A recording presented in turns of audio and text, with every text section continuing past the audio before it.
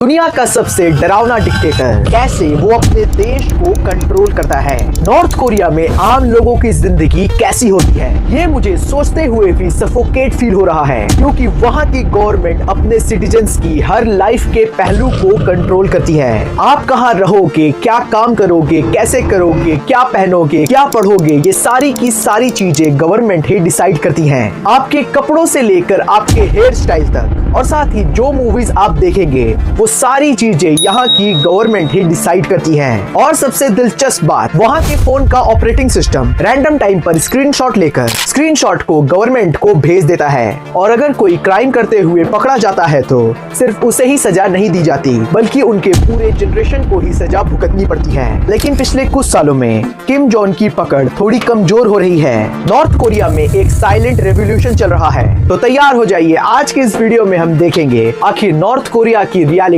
क्या है। तो कहानी शुरू होती है 1981 से। 1981 में नॉर्थ कोरिया के पॉलिटिकल प्रिजन कैंप में एक वुमेन को जेल में डाल दिया गया। उसी वुमेन ने जेल में बच्चे को जन्म दिया जिसका नाम था शिंग डोंग ह्यक, और ये लड़का जेल में ही बड़ा हुआ, क्योंकि नॉर्थ कोरिया की जो गवर्नमेंट है वो गिल्ट बाय एसोसिएशन में बिलीव करती है। अगर कोई भी पर्सन पॉलिटिकल क्राइम करता है तो उसकी पूरी फैमिली को ही जेल में डाल दिया जाता है, और ये पनिशमेंट 3 जनरेशन तक चलती है। मतलब अगर ग्रैंडफादर क्राइम करते हैं तो उसकी सजा उसके ग्रैंड सन को भी दी जाएगी। शिंग डोंग जेल में काफी बुरे कंडीशन में बड़ा हुआ। खाने में उसे सिर्फ कॉर्न पॉरेज ही दिया जाता था, और जिंदा रहने के लिए घास, यहाँ तक कि रैट्स भी खाने पड़ते थे। इस जेल कैंप में अराउंड 20,000 लोग एक साथ बंद थे। रूल्स काफी सिंपल था, अगर कोई भी कैदी बाहर भागते हुए पकड़ा गया तो उसे सीधे गोली मार दी जाएगी, और अगर कोई भी कैदी भागने की प्लानिंग कर रहा है और अगर आपने उसकी प्लानिंग सुन ली है और अगर आप इस बात को रिपोर्ट नहीं करते हैं तो उसके साथ आपको भी मार दिया जाएगा। जब शिन 13 साल का था तो तब उसने अपने माँ और भाई को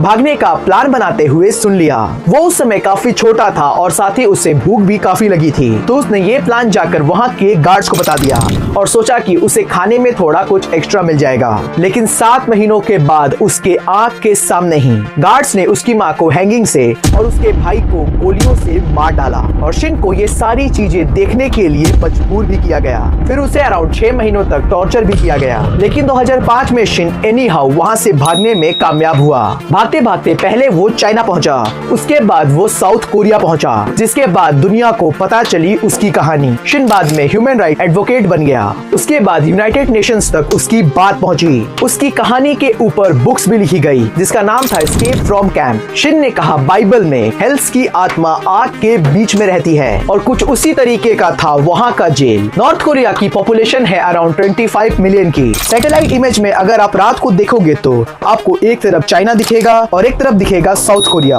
दोनों ही चमक रहे हैं, लेकिन बीच में आपको दिखेगा अंधेरा, और यही है नॉर्थ कोरिया। इनके नाम में डेमोक्रेटिक है, लेकिन इसकी रियलिटी काफी अपोजिट है। लोग रात को पढ़ नहीं सकते, टीवी नहीं देख सकते, सारे लोगों को 7 बजे तक सो जाना होता है। 1995 में नॉर्थ कोरिया में मेढक की जो पॉपुलेशन थी वो कम हो रही थी, क्योंकि लोग इतने भूखे थे कि वो मेढक खा रहे थे। लेकिन 1980s के टाइम में नॉर्थ कोरिया काफी सक्सेसफुल हुआ करता था। उसकी जीडीपी इंडिया और चाइना से भी ज्यादा थी। फ्री हेल्थ केयर, एजुकेशन, ये सब कुछ वहाँ पर फ्री में मिलता था। 1950 से लेकर 1980 तक नॉर्थ कोरिया की जीडीपी हर साल अराउंड लगभग 4.5% की ग्रोथ से आगे बढ़ी।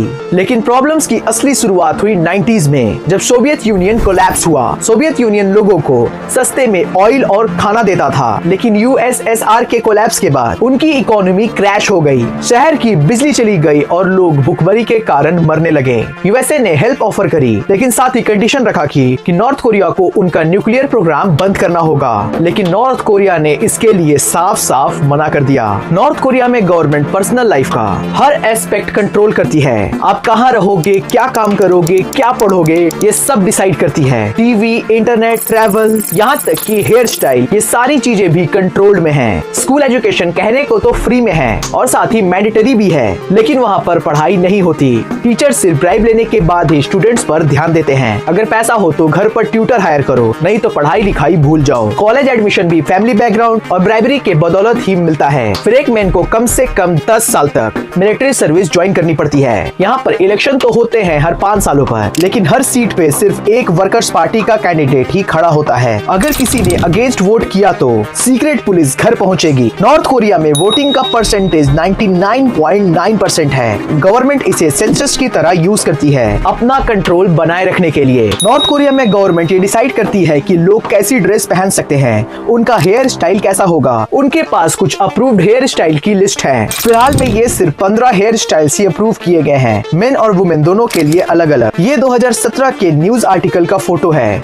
इसमें मेन के लिए अप्रूव किए गए 15 हेयर स्टाइल्स दिखाए गए हैं। अगर नॉर्थ कोरिया में हेयर कट करवाना है तो आपको इन 15 हेयर स्टाइल्स में से ही चूज करना पड़ेगा। लेकिन एक चीज जिसे आप नोटिस कर सकते हैं कि डिक्टेटर किम जोंग, उसका हेयर कट इस अप्रूव्ड लिस्ट के हिसाब से है ही नहीं, और जैसा उसका हेयर स्टाइल है वो किसी और को रखने की परमिशन ही नहीं है। नॉर्थ कोरिया में कोई उसके जैसा चश्मा भी नहीं पहन सकता। यहाँ तक कि लोग अपने बाल को भी नहीं सुखा सकते, क्योंकि बाल सुखाना नॉर्थ कोरिया में बैन है। कपड़ों की बात करें तो ब्लू जीन्स, रिप्ड जीन्स और साथ ही स्किनी जीन्स नॉर्थ कोरिया में बैंड है। इसके साथ ही यहाँ पर ब्रांडेड कपड़ों को भी बैन किया गया है, क्योंकि इसे वेस्टर्न कल्चर का इफेक्ट माना जाता है। टाइट ड्रेसेस, शॉर्ट स्कर्ट्स और यहाँ तक कि सन हैट्स भी यहाँ तक गर्ल्स के लिए अलाउड नहीं है। यहाँ पर वुमेन रेड लिपस्टिक नहीं लगा सकती। मेकअप को भी वेस्टर्न इन्फ्लुएंस के साथ जोड़ा गया है, इसलिए यहाँ पर मिनिमल मेकअप ही अलाउड है। इतने सारे रूल्स सुनने के बाद बस आप यही सोच रहे होंगे कि इन सारे रूल्स को वहाँ पर फॉलो आखिर कौन करता है। तो दोस्तों, इन रूल्स को फॉलो करने के लिए नॉर्थ कोरिया ने बनाई है फैशन पुलिस। नहीं, बिल्कुल भी नहीं, मैं मजाक नहीं कर रहा। अगर कोई भी पर्सन इन रूल्स को तोड़ने की कोशिश करता है तो उन्हें फैशन पुलिस का सामना करना पड़ता है। फैशन पुलिस लोगों पर सीक्रेटली नजर रखती है। जो भी रूल्स के अगेंस्ट कपड़े पहनता है तो उसके कपड़ों को काट दिया जाता है, और कई बार तो फाइन भी होता है और साथ ही जेल भी जाना पड़ता है। इन सारी चीजों के पीछे गवर्नमेंट का कहना है कि अगर लोग वेस्टर्न की चीजें इस्तेमाल करेंगे तो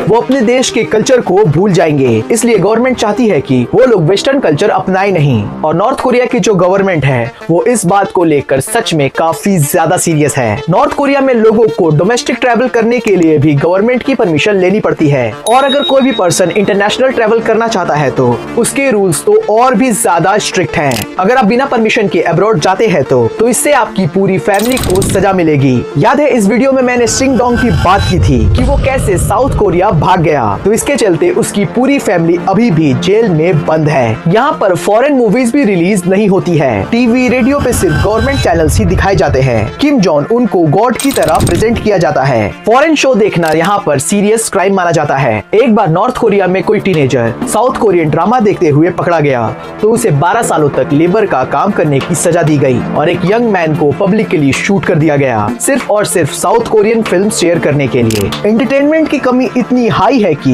लोग secretly south Korean drama smuggle करते हैं। ब्लैक मार्केट में इसकी डीवीडीज भी मिलती हैं। लेकिन नॉर्थ कोरिया की गवर्नमेंट इतनी ज्यादा शातिर है कि पहले जब लोग चुपके से डीवीडी लगाकर कोई भी ड्रामा देखते थे तो नॉर्थ कोरिया की गवर्नमेंट वहाँ की लाइट को काट देती थी। फिर लोग अचानक घर पर आते थे और चेक करते थे कि कहीं डीवीडी से कोई शो तो नहीं देखा जा रहा है, और अगर आपकी डीवीडी पाई जाती थी तो फिर तो सजा दी ही जाती थी। लेकिन अब लोग यूएसबी स्टिक्स यूज करने लगे हैं ताकि लोगों को पता ना चल सके।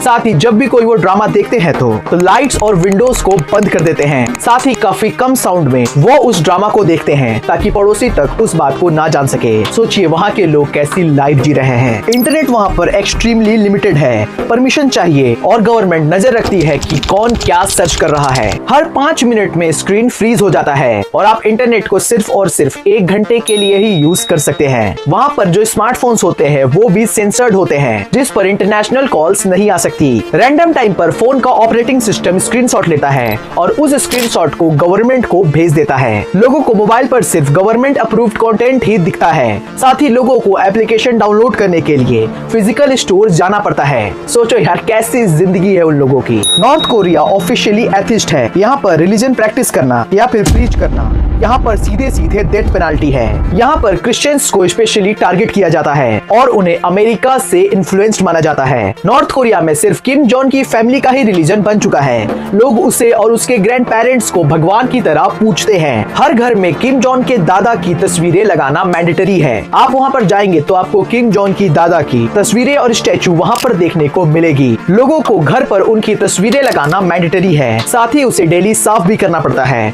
और उसे घर के सबसे सबसे ऊंची जगह पर लगाना पड़ता है। सीक्रेट पुलिस घर आकर चेक करती है कि आपने तस्वीर लगाई है या फिर नहीं, और लगाई है तो उसकी ठीक से साफ सफाई हो रही है या फिर नहीं।